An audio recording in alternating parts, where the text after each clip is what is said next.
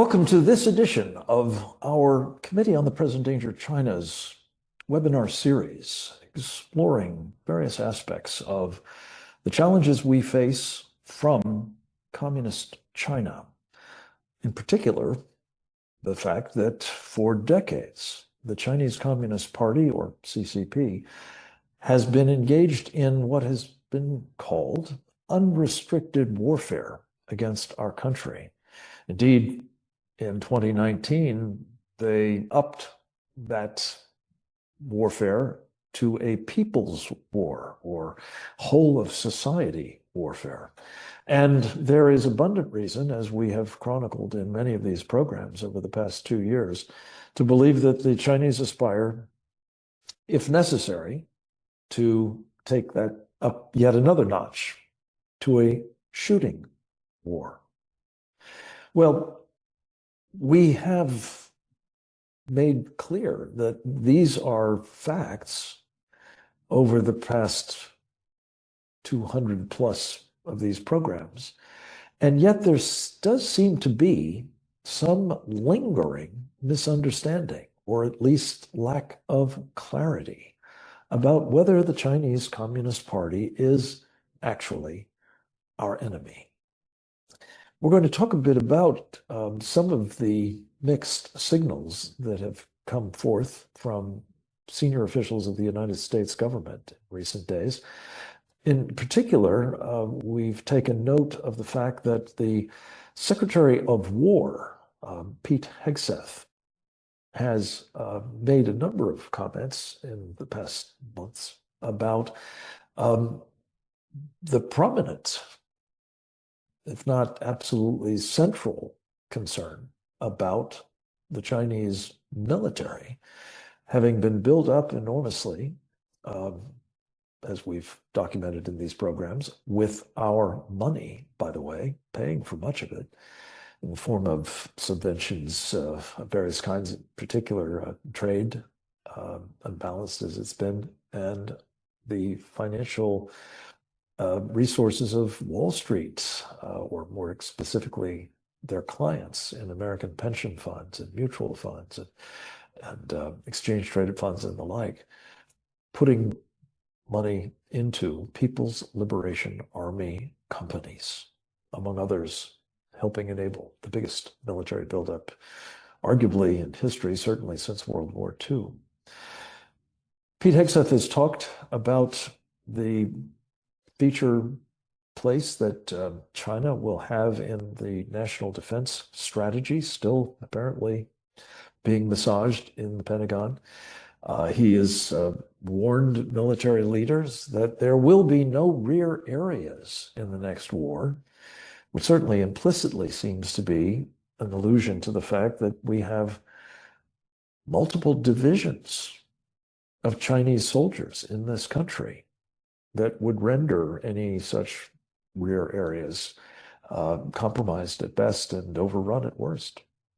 And then there is the call that Pete Hegseth issued just late last week during his tour in East Asia with the ASEAN defense ministers, essentially urging them to up their game when it comes to situational awareness about the Chinese threat and military preparedness to contend with it. So it was all the more striking when on the 1st of November, the Secretary of War posted on X the following, and I'm going to read it in its entirety because I think it's important to the context of this conversation.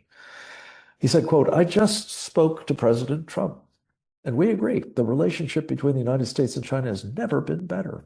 Following President Trump's historic meeting with Chairman Xi in South Korea, I had an equally positive meeting with my counterpart, China's Minister of National Defense, Admiral Dong Jun, in Malaysia. And we spoke again last night. The Admiral and I agree that peace, stability, and good relations are the best path for our two great and strong countries. As President Trump said, his historic G2 meeting set the tone for everlasting peace and success for the U.S. and China. The Department of War will do the same, peace through strength, mutual respect, and positive relations. Admiral Dong and I also agreed that we should set up military-to-military channels to deconflict and de-escalate any problems that arise. We have more meetings on that coming soon. God bless both China and the USA, unquote. So what are we to make of all this? Is everlasting peace with the Chinese Communist Party in prospect? Or is it, in fact, as my old boss Ronald Reagan used to say, our time's existential threat to freedom? It's the topic of this conversation, and I couldn't be more pleased to have with us an all-star cast, as we often are privileged to host. Starting with a featured regular, both a member of the Committee on the Present Danger of China, as well as a faithful participant in these programs. His name is Captain James Fennell, United States Navy retired. In his last duty station, he was the Chief of Intelligence and Information Operations for the U.S. Pacific Fleet. He is the co-author with Dr. Bradley Thayer of a terrific book, Embracing Communist China, America's Greatest Strategic Failure. We have him by virtue of an interview that I did with him on our program, Securing America, on the Real America's Voice Network, excerpt of which, with his permission, we are going to show you now. Let's go to that video with Captain Fennell. What occurred in the president's trip to Asia and now the Secretary of Defense's trip to Asia has spurred a lot of questions from folks, and you've just kind of laid it out. And I, too, have been wondering what's the message here, what's going on. And I think we're seeing a confluence of three major thoughts. The first is, and it's in Lee Smith's book, and it was in our book, Embracing Communist China, America's Greatest Strategic Failure. We embraced as a nation China, the Chinese Communist Party, for 40 years. And guess what they did? They took advantage of it, and they got the drop on us in rare earth elements and pharmaceuticals. They built their military greater than ours in the naval arena and the strategic rocket force arena and a lot of different areas where they're now threatening us or superior to us in these areas. And so that's a reality. And President Trump recognizes that reality. So, but he also, I think, is very clearly adhering to what, the Reagan view of peace through strength. And so he's trying to take efforts to build up the United States military capability. But he's also somebody that I think adheres to Teddy Roosevelt's speak softly and carry a big stick.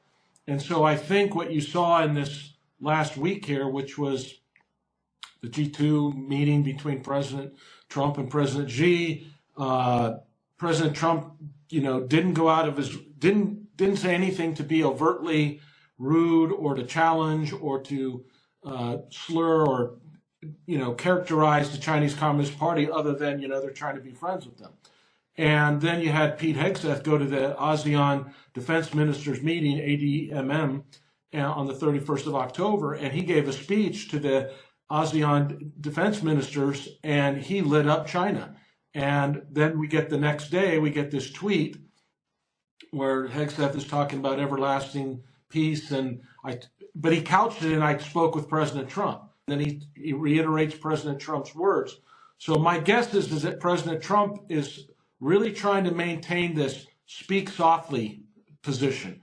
I'm not going to antagonize them unnecessarily, but I'm going to continue to do the things that are necessary to get us back in a position of strength in America first. And that's what Hegseth kind of, talked about in his speech at the ASEAN Defense Ministers meeting. But even if you watch President Trump on the 60 Minutes interview this Sunday, he was asked about why he gave a pardon to some Chinese Bitcoin guy. And, they only played the small clip about he didn't know who the guy was. I think he meant, I don't know the guy, I'm not friends with them. But then he went on to say the reason why he did that is because Bitcoin's important for our national security in his assessment. And he sees that the Chinese are trying to get into this arena and get ahead of us and control that digital currency or digital segment of society and our economy. And he said, I can't allow the Chinese to do that. And we've heard him say this over and over at different points in times where the mask comes down just for a brief second. And he tells the American people that it's China that's the threat, and we can't let China take control of rare earth elements or other critical industries that are critical for our national defense. So I think they're caught between this. I recognize the threat. We were put in a bad position.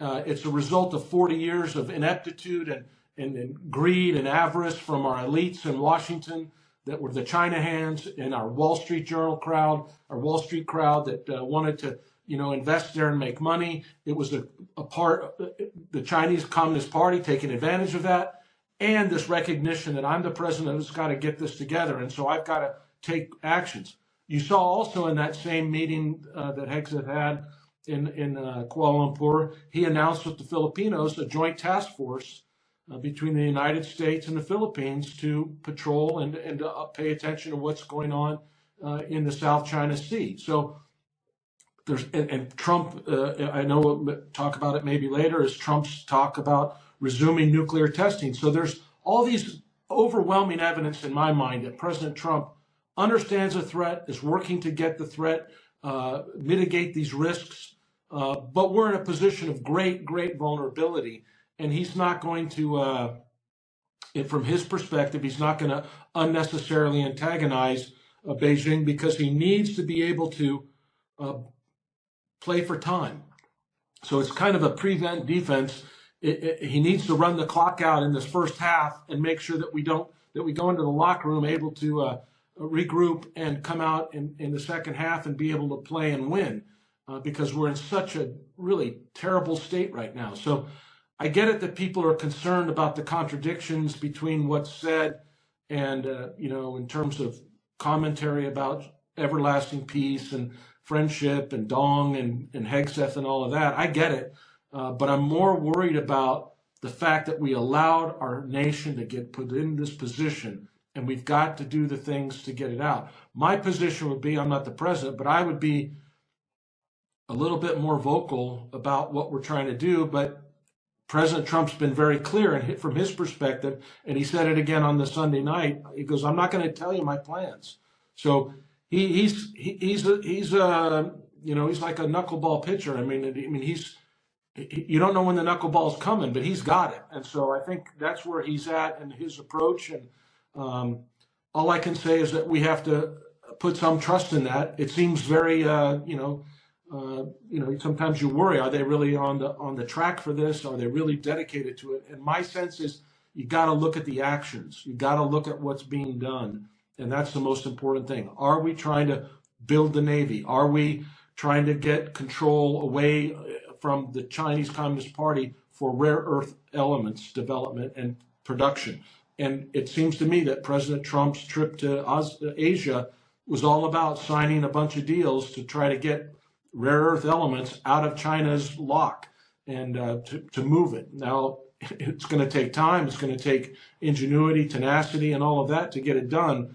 But it seems to me that's where he was going. Well, that's a cheering assessment, I think, recognizing vulnerabilities that need to be reduced and carrying a big stick. The knuckleball pitcher, I think, Captain, you've laid out, as always, a brilliant assessment of at least one explanation of what is going on, in which these somewhat mixed signals are being sent. We're going to take stock on all of this with another of our most important contributors to the Committee on the Present Danger, China, indeed its chairman, as well as a faithful participant in these programs, and that would be, of course, Brian Kennedy. Brian is the former president of the Claremont Institute, the current president of the American Strategy Group, the author, among many other things, of Communist China's war inside America. Very important topic that we've addressed with his help frequently on these programs. Brian, it's good to have you with us. What do you make of what is, again, seemingly a little bit of mixed messaging? Thank you, Frank. In part, it may seem like mixed messaging, but I really think it's pretty consistent. Look, before I get too far, I would say I agree with everything Captain Fennell had to say there. He mentioned prevent defense. People who follow sports a lot will know that prevent defense in football often prevents you from winning. And so I'm going to be a little contradictory there when it comes to that. What President Trump is doing right now, though, is not, prevent defense. He's trying to reconstitute America's strategic position in the world. We have lived, as you know very well, Frank, for decades and decades with a very incoherent understanding of America's, I think, both role in the world and the kind of defense that's required to have that role. At one level, he is similar, President Trump is, to Theodore Roosevelt, talk softly and carry a big stick. But in general, he's more of a George Washington. Look at all nations equally with the same kind of, good faith and justice, Washington's sort of famous words about that. And, the idea of treating all nations equally, sort of being objective about all of them, being equitable with all of them, you have that attitude until they cross you. And so President Trump is trying to reset how we think of things. He's trying to treat the Chinese, even though this is his second term, he's trying to give them a chance to do the right thing. And he does so in a moment where, as we well know, and as he well knows, they're not doing the right thing. So all this talk about, deconflicting things and all that kind of talk comes after, and the president knows all this, they've sent over 200,000 military-age men during the Biden administration, the Chinese have, into the United States for nefarious behavior. Those people today engage in marijuana grow houses. They operate all sorts of, illegal, or engage in all sorts of illegal activities here. They fly drones over our bases. They fly spy balloons over the United States. They run, as we know and we've documented on these webinars, bioweapons labs, hidden within the United States. President Trump knows all that. He knows they're bad actors. He's also trying to rebuild the country. I think this is what Captain Fennell meant when he said prevent defense. We're trying to buy ourselves time here, and President Trump is engaged in this. We're trying to buy ourselves time to where we can get out of the rare earth, mess that we're in. A month before President Trump says this, they say they're going to cut us off from rare earth, metals, minerals, and magnets. That would be devastating to the U.S. economy. Devastating. Okay, so peace is not about to break out between countries who think like that. Okay? They're willing to destroy our economy. They make those threats.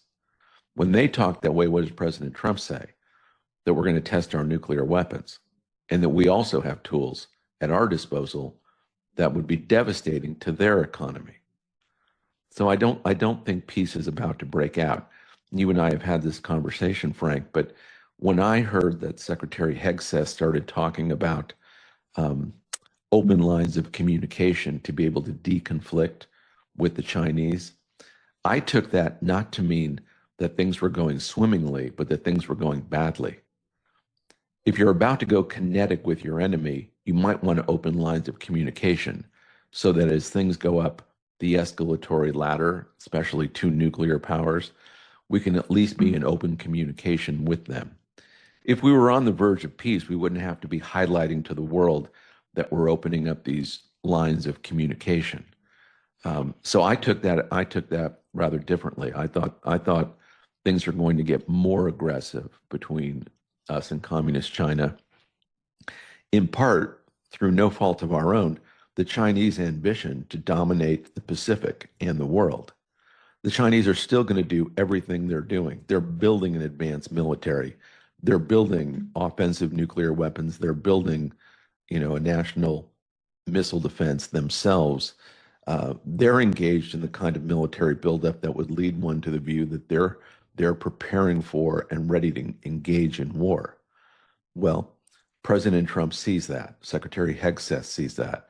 What are we doing? We're building, a Golden Dome missile defense. We're rebuilding, we hope, even though this is mostly, I think, under the radar, we're rebuilding nuclear weapons. We're rebuilding our offensive forces. There's plans underway for all sorts of modernization of our military. Now, whether we get that done or not, you and I would like these things done and made public, Frank, in a much more open way, a much more public way, obviously. And that's not happening. But make no doubt about, there should be no doubt in anyone's mind that President Trump understands this, Secretary Hegseth understands this, and that they're working at breakneck speed to make sure that the United States is in a position to fight and win a war with Communist China. Today, we could fight and win a war, but at what cost is really the question. What would we lose in that contest? And we want to get much better than we are today. It's not going quickly enough. The president doesn't have enough people on the team yet to make sure this is a reality. But I'm confident that will happen over time. And I'd say, maybe in closing, Frank, that when you look at like the way the president thinks about these things, I think he does look back quite often to George Washington. And if one looks at Washington's farewell address, there's a line in there in the farewell address that you should never have consistent animosity or fondness for any nation. And if you do have, consistent over time, over decades, fondness for one nation or animosity toward one nation, you'll be a slave to both of them because you won't be able to see clearly what's going on.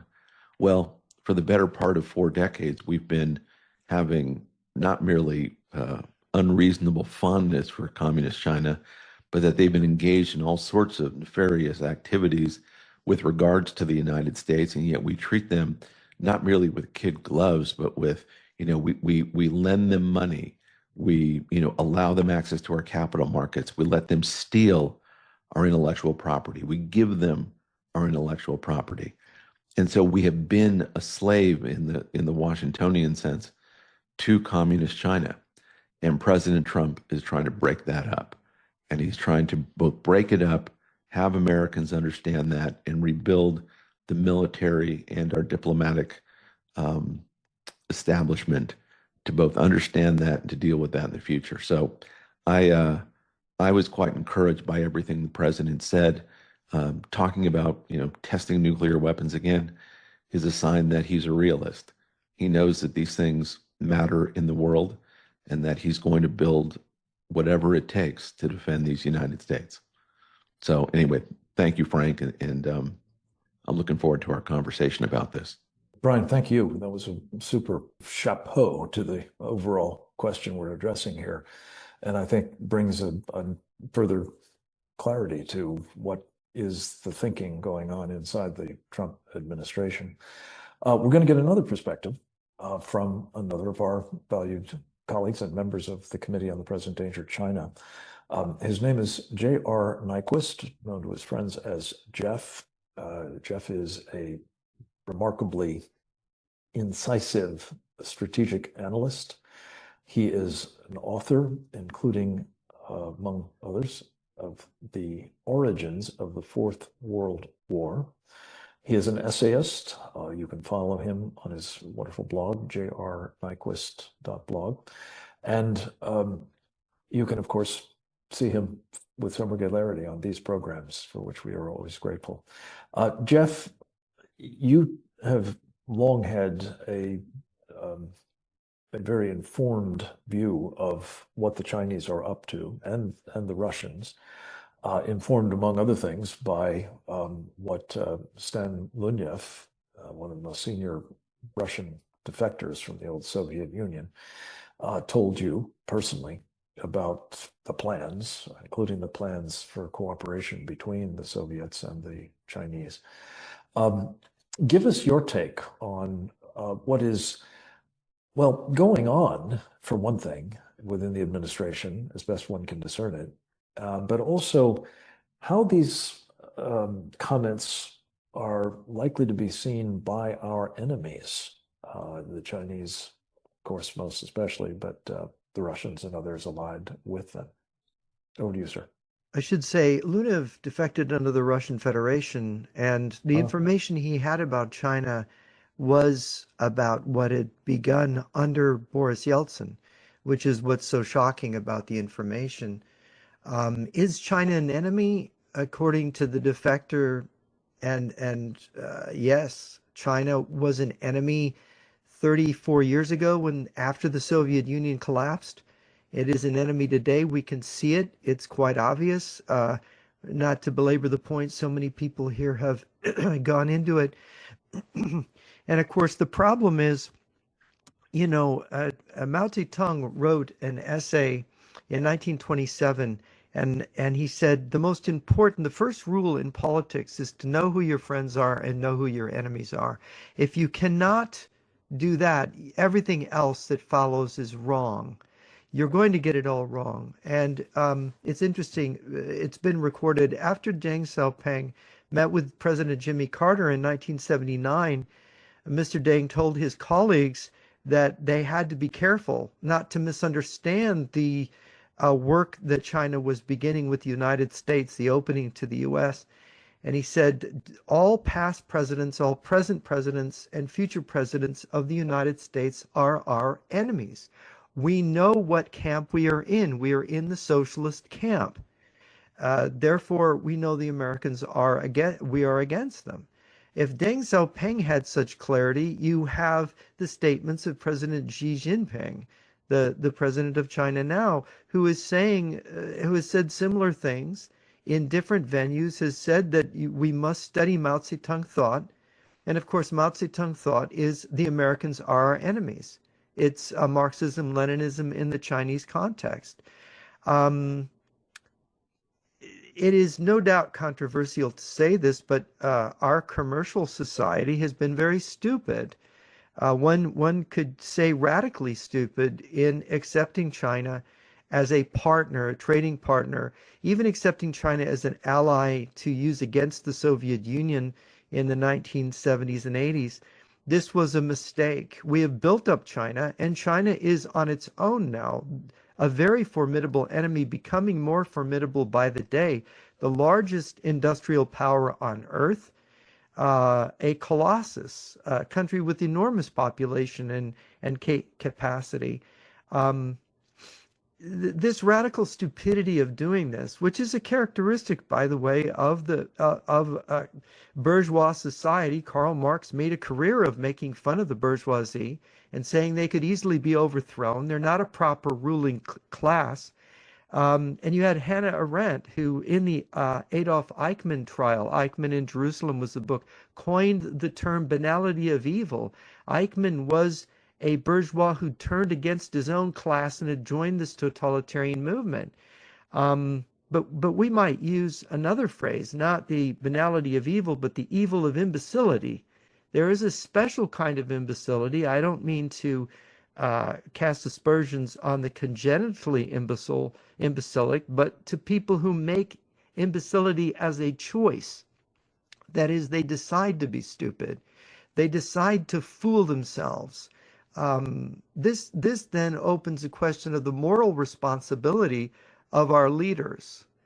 And this is a very troubling thing. And I'm talking about our business leaders, especially because they've led the way on this. The politicians and our society are very influenced by the business community.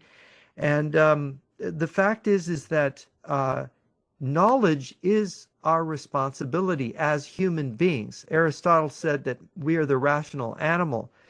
And if we set aside our rationality and say, well, I'm just following orders, I'm not a rational being like Adolf Eichmann did, and pretend to be, well, I'm too stupid, I need to follow the Fuhrer, or I need to follow the business community, they know best, and millions of deaths result, because if you kill people in gas ovens or you irresponsibly disarm yourself to an enemy and allow millions to die that way, what's the difference? You're killing millions of people by your irresponsibility, by basically setting aside your responsibility as a human being, not to be a monkey. And we really have this, there's an anti-intellectual part of our culture that is developed that has caused people to think it's fashionable to not think, but it's deadly. And in foreign policy, look, in the 19th century, people like to use the analogy. Thomas Carlyle used it in his writings against the Revolution of 1848. The analogy of a ship with a captain. A state is often been compared to a ship, and the statesman to a helmsman. And if you do not know what you're doing and you're trying to go around Cape Horn, let's say in a sailing ship in the old wooden ship days, if you didn't know what you were doing, you were going to kill yourself and the crew. If you knew that a ship was not seaworthy and you put it to sea with passengers, and those passengers sank mid-ocean, you were killing those people by your negligence, by saying, well, I think it's good enough, but you're not really being honest. There was a writer, his name was Clifford, W.K. Clifford. He wrote a very famous essay on the ethics of belief. Well, arriving at a belief through not thinking. The ethics of belief is that one does not have a right, and this is his exact quote, one does not have a right to turn off one's brain. And one has a responsibility when one is a statesman or the head of a corporation. One has in their care not only their employees and customers, but the whole society because of the consequences of what you're doing. And the consequence of accepting China as a trading partner and enemy is to entangle yourself with evil, right? Like Eichmann did by joining the Nazi Party and participating in the moving of Jews to gas chambers, to death camps. Once you compromise yourself, what further compromises are you obligated to make? What lies are you then obligated to tell? This is the chain of events we've seen in our society, especially in the business community, of letting China in, letting China wrap its tentacles around our businessmen. And we have to break free of this. And the president has to lead the way in doing this. He cannot go back and be drawn back in and be entangled in the tentacles himself.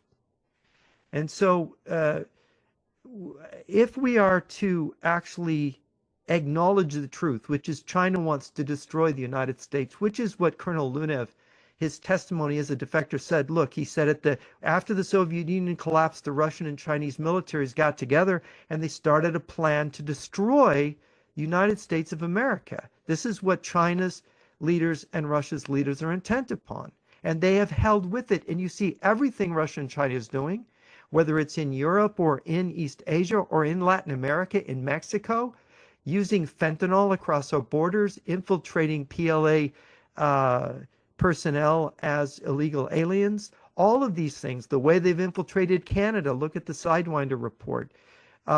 We are facing an extremely grave danger, the gravest danger our republic has ever faced. And we have to be honest. We have to think it through. As ever, you have laid out the fundamental truths that are operating here, and we need them very much present in our conversation and policy planning. I did want to mention, in terms of the president's own proclivities, both about the threat from China and in particular the role that has been played throughout much of the past 30 or 40 years almost now by these so-called captured elites in this country, is the subject of a terrific new book by our friend Lee Smith entitled The China Matrix. I'd hoped we might have him on this program, but we couldn't engineer it but we'll hope to get him on an upcoming one. But Lee really chronicles the decades that Donald Trump has been warning about the CCP and really taking to task those who have been enablers of it inside this country, and properly so. And the question that you've just very, I think, importantly elevated is what's going on at the moment evidence that he's sort of shifting an anchor here on some of those fundamentals. And for a further evaluation of all of this, and most especially, I'm hoping, as he was unable to join us until now due to some technical difficulties at our end, he won't be able to comment on what others have said so much, but we'll hopefully have his usual wonderful repartee in the Q&A that will follow. But Trevor Loudon has been tracking very closely these captured elites for decades, and has done so in a series of extraordinarily important books. One, The Enemies Within, title of a movie as well. He's written detailed dossiers, really, on members of the House of Representatives and Senate, respectively, in a multi-volume book, House Un-Americans, and a multi-volume book, Security Risk Senators. He has an appreciation for the damage that is being done, even at this moment, by such compromised individuals, not just in political life, but in the business sector, in academia, in the media, through assorted front groups and the like. Trevor is also a member of our Committee on the Present Danger of China, I'm very proud to say, and fellow of our Institute for the American Future. He is, I think, brilliantly equipped to help us understand something that Jeff kind of introduced there, and that is, will we, by signaling, as some of the rhetoric that is coming forth from the administration, I think inevitably does, that we're good with China, that those captured elites will feel free to continue to engage in the kind of, well, solidarity with our mortal enemy, to put it mildly, and treachery at worst. Trevor, thank you for joining us as always, and I apologize for the difficulties getting you on the show, but we're delighted you're here, and the floor is yours, sir.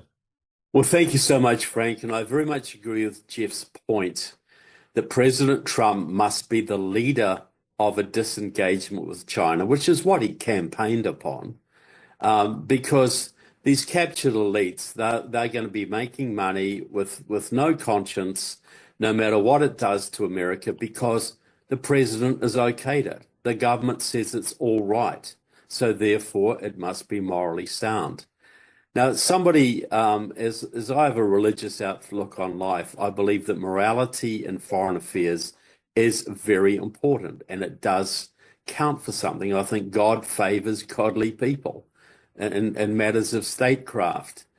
And to get the United States of America, which should be the leader of the free world, it should be standing against the evil empire, the resurgent evil empire of Russia, China, Iran, Venezuela, Nicaragua, and all of their allies, Cuba and all of their allies.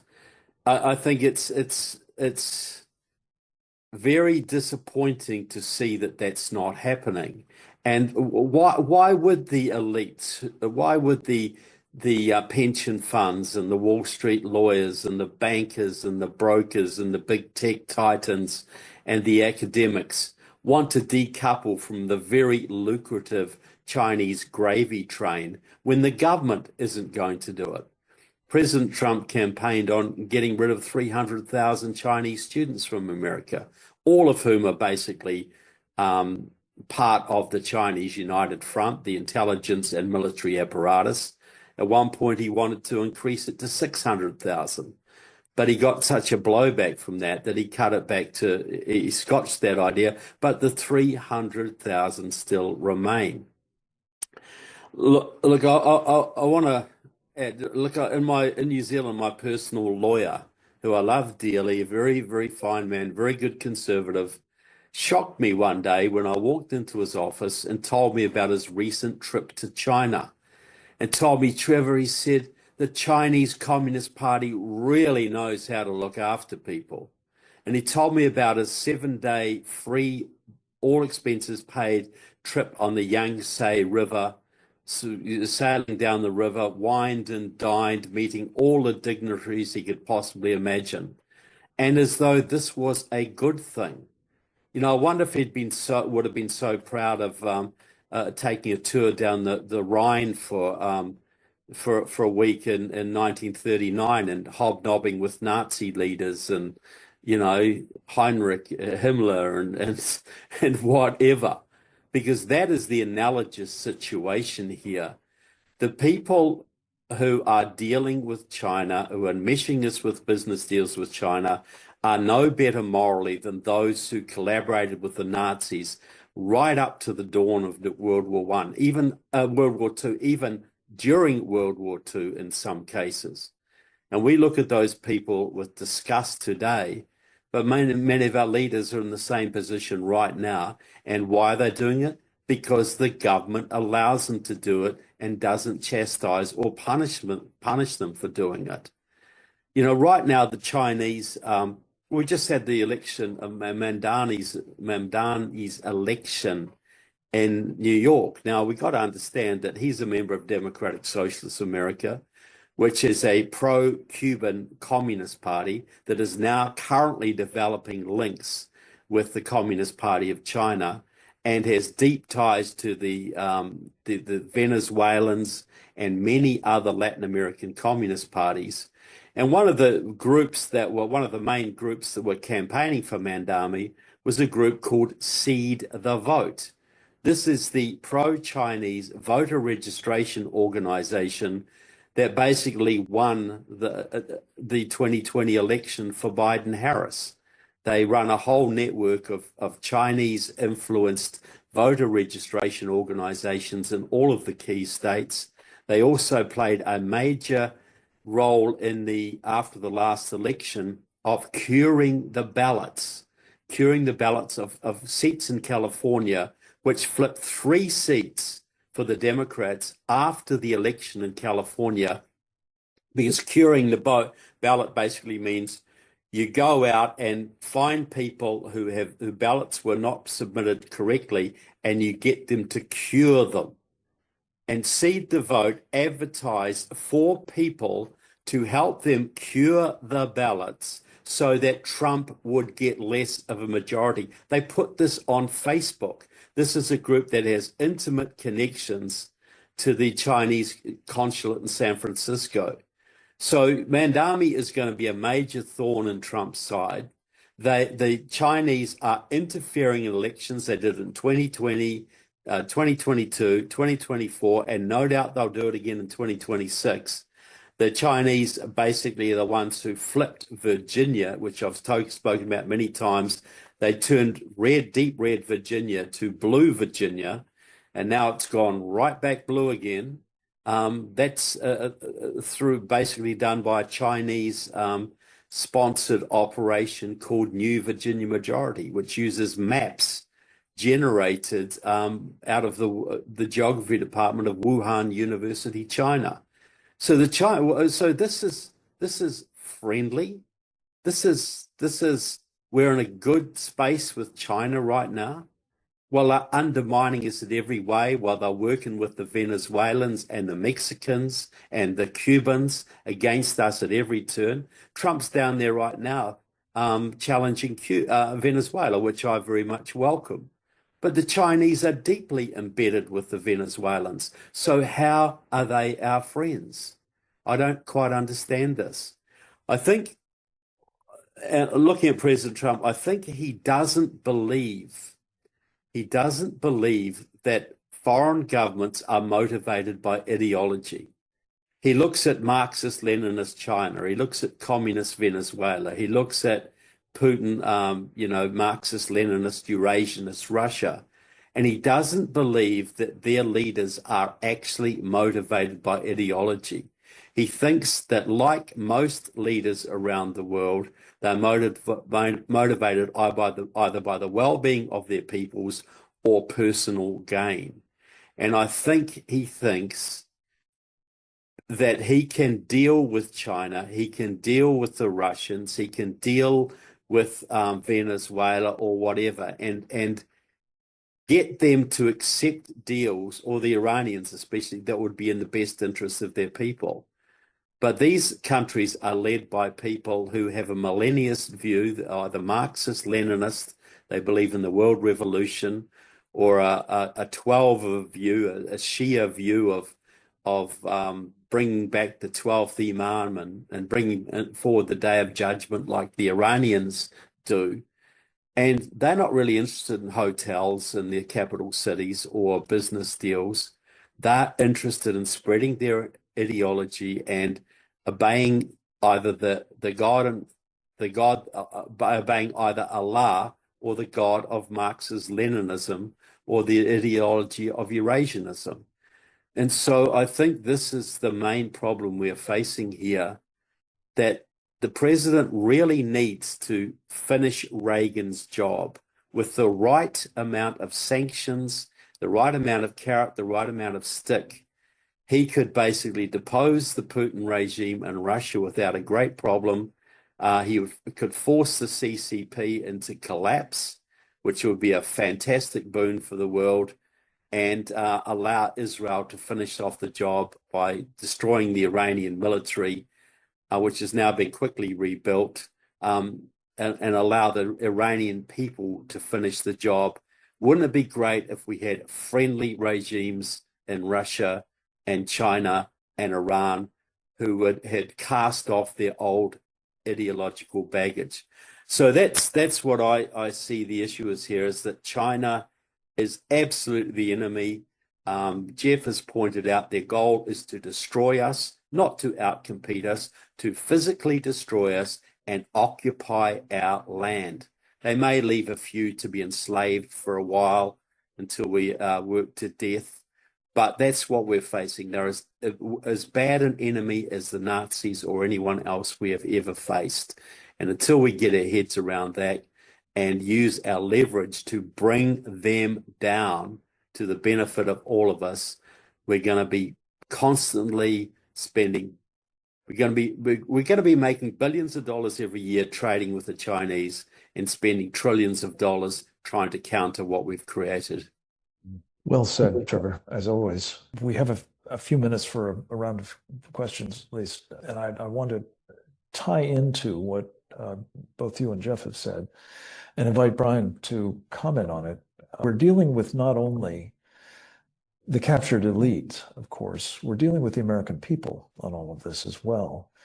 And I must say that my biggest concern, and I don't make light of the enemies within, Trevor, that are, profiting handsomely from their ties to the Chinese communists, usually financially, but sometimes otherwise. But the American people are not being sufficiently clearly equipped to understand that we are in, as Reagan used to say, an existential fight for freedom. I'm sure that they hear some of the kinds of warnings that we're making and others, and some, like, Pete Hegseth. But I'm sure that, as is generally the case, democratic societies especially, they just assume not be worried about the state of the world or threats to them, their families, their communities. They'd like to assume that competent people that perhaps have elected to represent them and govern them, are in charge and are taking care of things. And so there's really nothing to worry about. And consequently, when that is kind of confirmed by those leaders, even if it's for the purposes of not ruffling feathers or buying time or otherwise trying to navigate a difficult pass. I just have to say, I think that we are not allowing them to become prepared psychologically, let alone, physically, for what may be in the offing, as we've discussed here, mentioned it earlier many times, possibly a shooting war right here in the United States. And Brian, I appreciated you putting a number on it. I don't know what the right number is, whether it's 100,000, 50,000, 200,000 more of these People's Liberation Army individuals who seem to have come into our country with at least the acquiescence, if not the complicity, of the Biden administration and its open border policies. That could make this a very messy business. And if the public is not steeled against it or even clued up, we've talked about this, final thought, in the past in connection with the idea of having them crowdsource the sort of situational awareness we need to know. Brian, you mentioned in grow houses and other operations around this country, biological weapons labs and so on. If the public knows what they're to look for in order to enable them to see something, say something, we have a shot at making our own society more resilient. So what do you make of this further, Philip, that speaking softly or speaking endearingly even about the Chinese Communist Party is undermining that prerequisite for an informed and hopefully engaged public in this struggle against our mortal enemy? First, about President Trump, and here I'll disagree with Trevor. I believe he does understand. First of all, I think he trusts no one. Okay? He has political enemies in this country that have tried to kill him. And so I think he trusts no one, whether it's in this country or in other countries. I think he understands them in an ideological way. He sees them as radical leftists. He sees them as communists. He sees them as people who are enemies to human freedom. He doesn't rhetorically talk that way, however, because he speaks in a simple language that he hopes everyone can understand. When he's talking to foreign nations, he tends to be overly nice and flamboyant in his language, saying, "She is my good friend. We get along great." Well, President Trump understands what friendship is. He knows that Xi Jinping is not his friend. But he tries to kill him with kindness because when Xi Jinping does the wrong thing, then it looks like a real betrayal of a friend to another friend. But does President Trump trust Xi Jinping? No. He knows on a daily basis the Chinese are stealing our intellectual property. This is what caused the People's War Declaration in 2019. So he knows what the score is here, but what language he uses is a kind of Trumpian, I'll even say, as I said in my previous remarks, kind of Washingtonian. He wants to treat everybody equally. He wants to give them a chance, knowing that they could be good guys or bad guys, and act accordingly. He is also really trying to rebuild the country.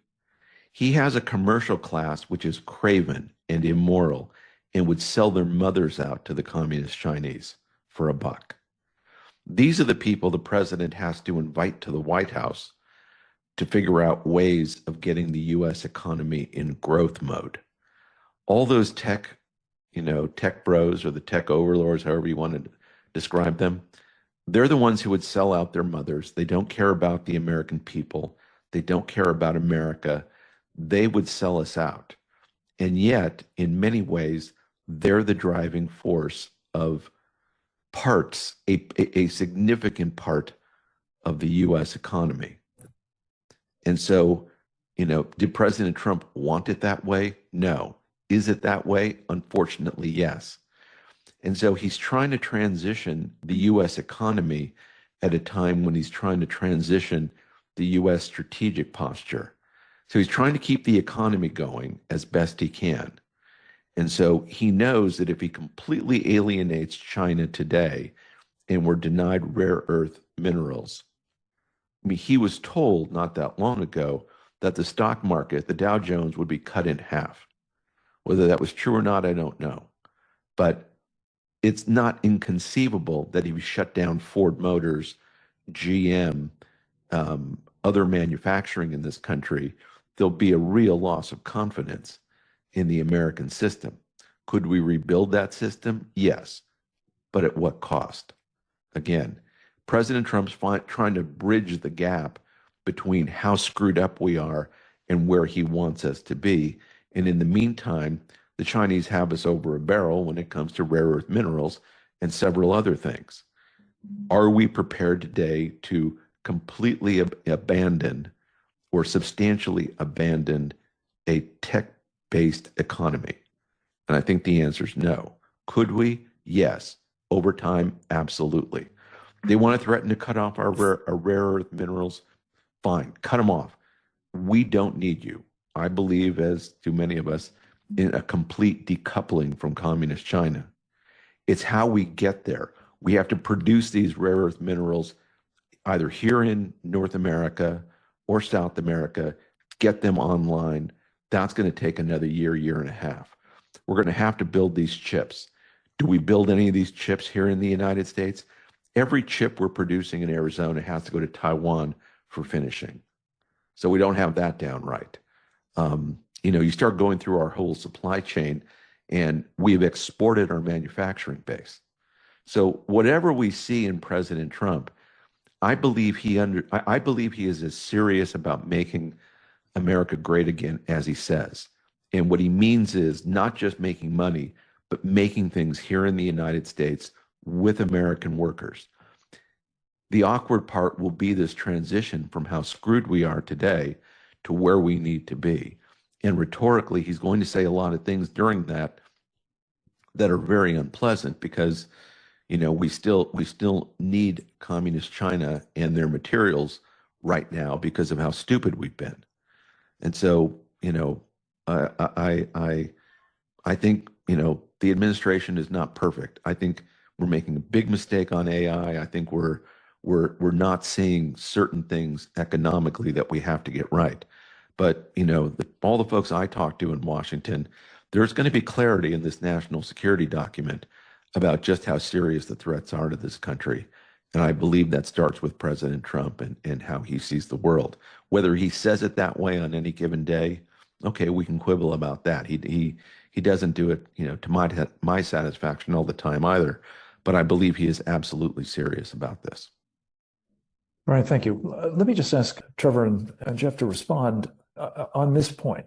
You, Brian, and Captain Fennell have both made the argument persuasively that if we have the luxury of time, of buying time through blandishments or, selling chips or whatever else might seem necessary to buy that time to allow the rare earth minerals to continue to come here and so on, at least until we've got, an alternative.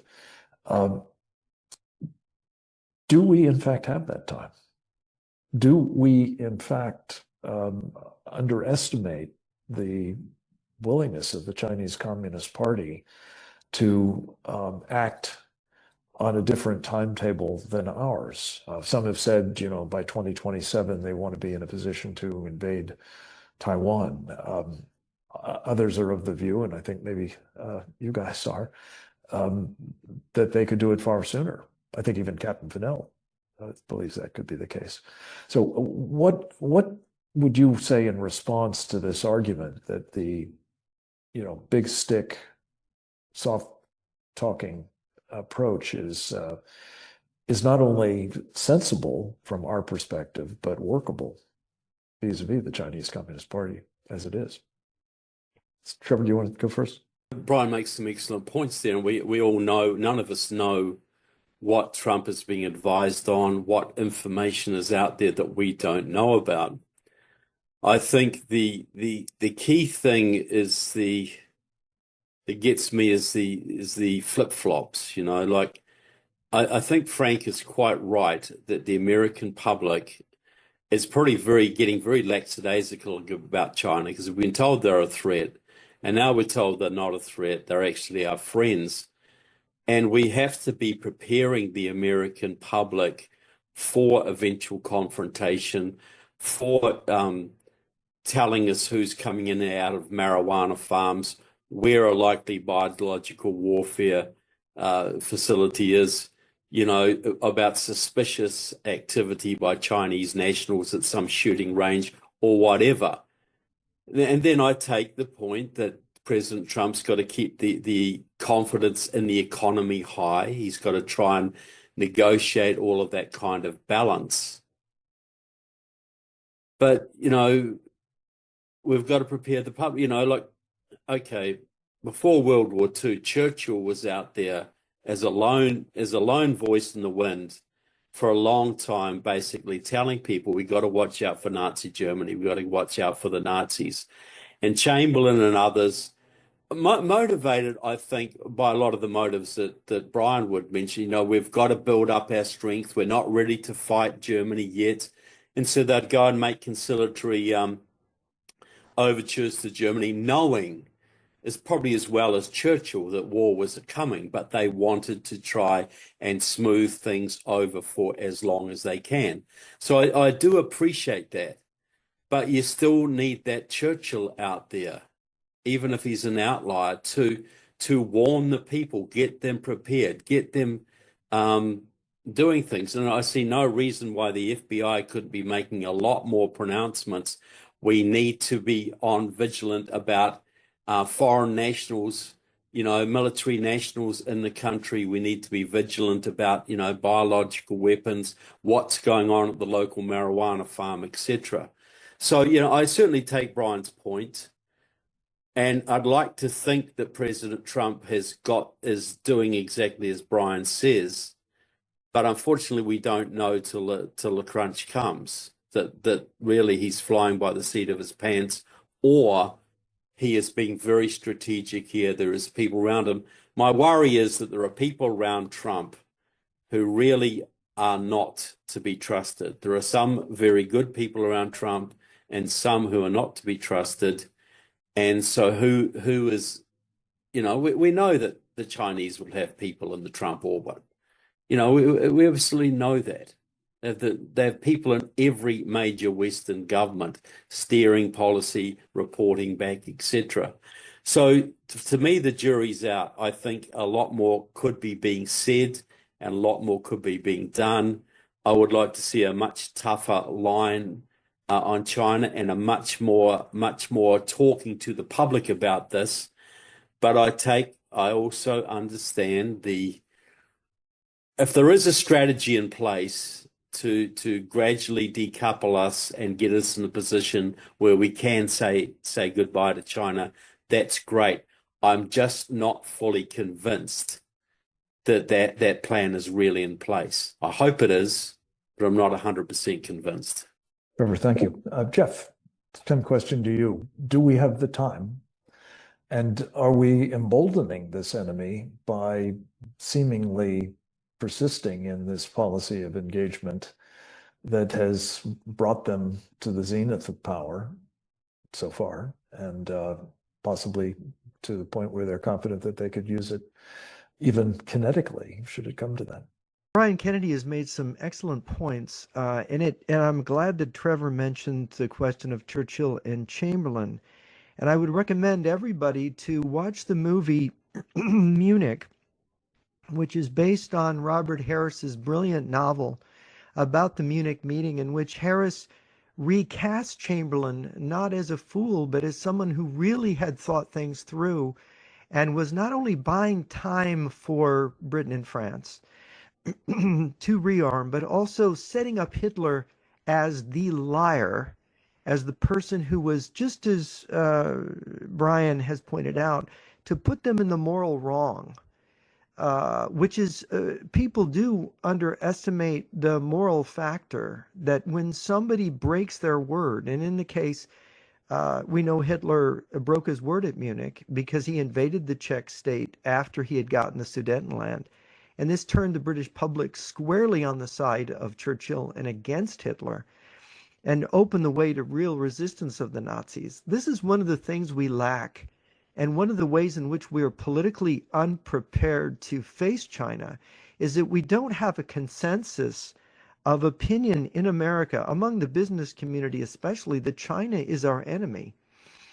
And in a way, Brian makes the good point that by saying Xi Jinping is our friend, President Trump is setting up Xi Jinping so that Xi Jinping must act as a friend, or he is going to give himself away and do something truly treacherous, like Hitler did in March of 1939 by invading the Czech state and breaking the agreement, that will then set the stage to be able to do the political things, because you always have to have the support of the population, of the business community. You have to have this consensus.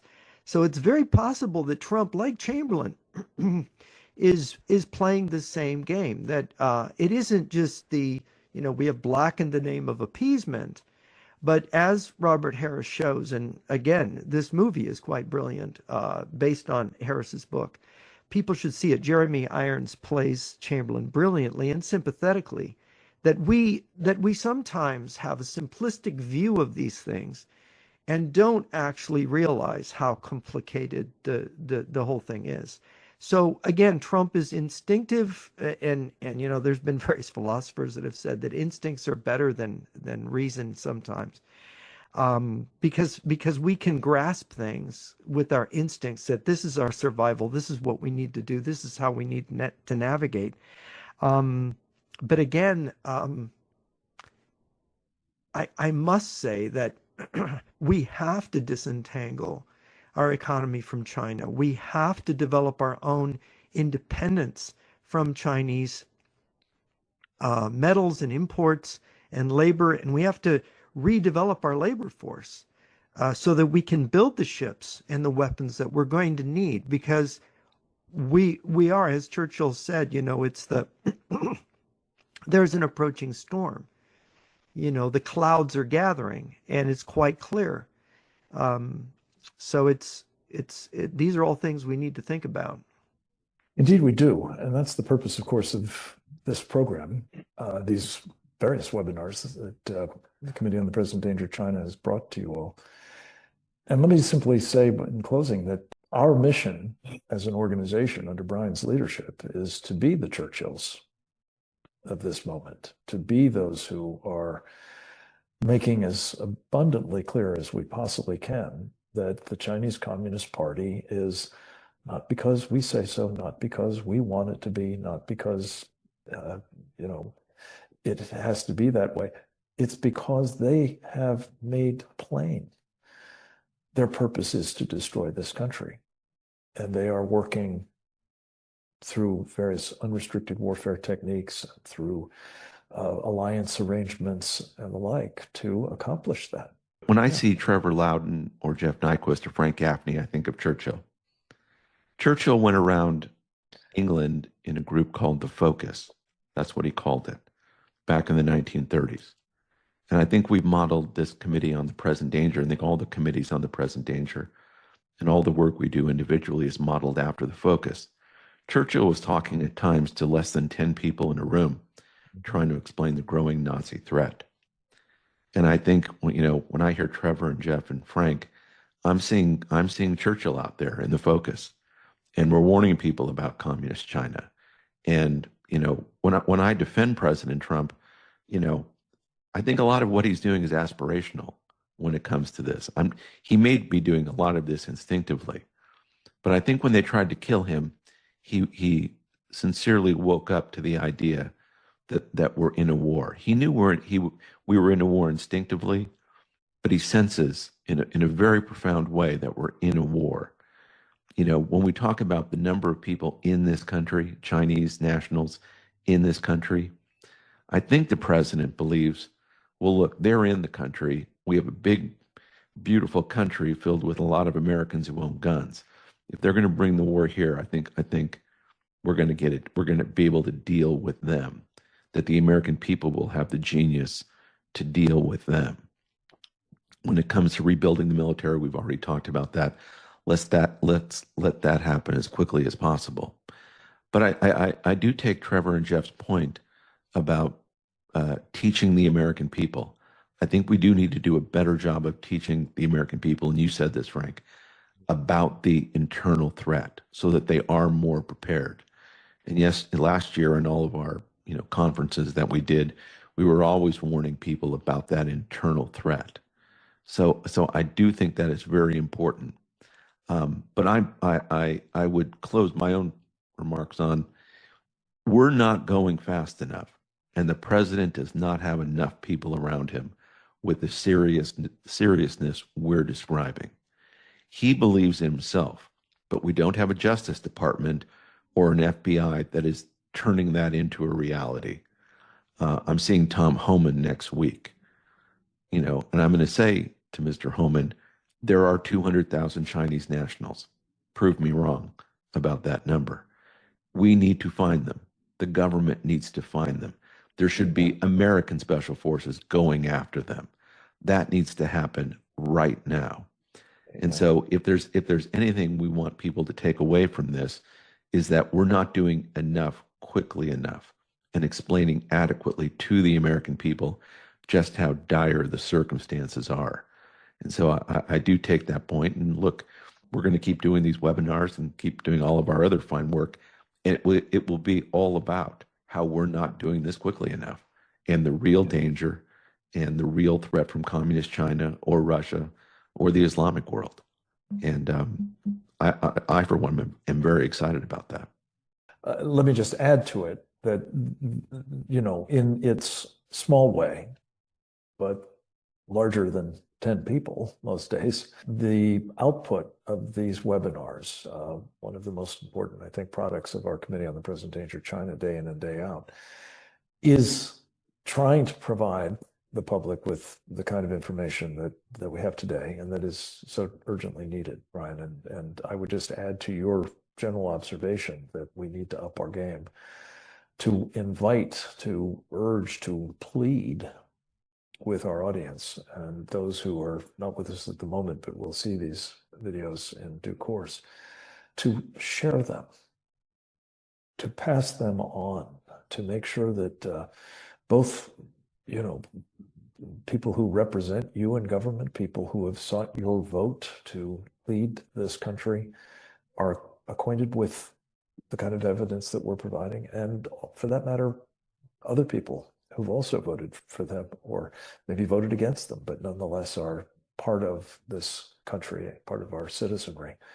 We must bring them up to speed on the challenge that we're facing. We must, whatever, again, the motivation may be. And I think, like the rest of us on this call, and certainly I think in the committee more generally, we want desperately for President Trump to succeed in doing the sorts of things that he has stood for during his elections, stood for during his time in office by and large, and certainly prior to coming into political life, namely recognizing that the Chinese Communist Party and others associated with it that seek our destruction are indeed our enemies and must be treated accordingly. We appreciate your participation in these programs and look forward to talking to you next week for the next one. Please make a point of subscribing at presentdangerchina.org, which will assure that whenever we wind up doing these, and it's a little bit helter-skelter some weeks, you won't miss them. And if you do, they're going to be available to you permanently on the presentdangerchina.org website.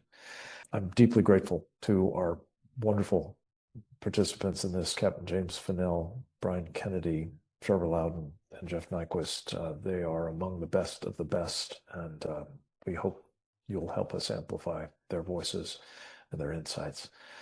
Godspeed to you all. God bless America. Over and out.